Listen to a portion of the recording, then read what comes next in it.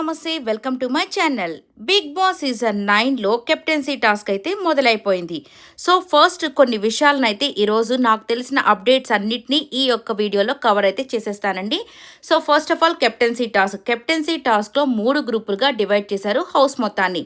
So first red గ్రూప్లో వచ్చేసి పవన్, అలాగే రాము రాథోడ్, కళ్యాణ్, భరణి గారు, హరీష్ గారు. సో 6గురిని అయితే సెలెక్ట్ చేశారంట. మరి తర్వాత బ్లూ టీం వచ్చేసి సంజన గారు, తనూజ, ఇమ్మాన్యుయల్, ప్రియా అండ్ సుమన్ గారు. అంటే ఇక్కడ వచ్చేసి 5గురిని సెలెక్ట్ చేశారు. తర్వాత బ్లాక్ కలర్ టీం అని చెప్పేసి శ్రీజ, రీతు, ఫ్లోరా గారిని.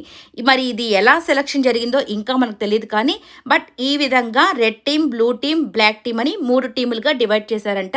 ఒక చెట్టు మీద నుంచి యాపిల్ పడుతూ ఉంటుంది, దాన్ని తీసుకొని కొంతమంది సేవ్ చేసుకోవాలి, ఇంకొంతమంది ఆ యొక్క యాపిల్ని పట్టుకోకుండా వాళ్ళని అంటే డిఫెండ్ చేసుకోవాలి. ఇలాగా ఒక టాస్క్ అయితే జరగబోతుందంట. మరి చూడాలి కెప్టెన్సీ టాస్క్లో ఈసారి ఎవరు గెలుస్తారా, ఎవరు కెప్టెన్ అవుతారని చాలామంది చాలా ఈగర్లీ వెయిట్ చేస్తూ ఉన్నారు. ఇక నెక్స్ట్ వచ్చేసరికి రీతు చౌదరి మీద బయట మాత్రం చాలా రూమర్స్ స్ప్రెడ్ అవుతున్నాయి. అవి కరెక్టో రాంగో తెలియదు, కానీ చాలా బ్యాడ్గా స్ప్రెడ్ చేస్తున్నారు.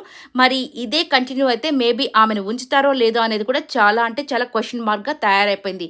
ఆమెకి, అలాగే రీతుకి, అలాగే ప్రియాకి ఈసారి మాత్రం ఎలిమినేషన్ తప్పే లేదు.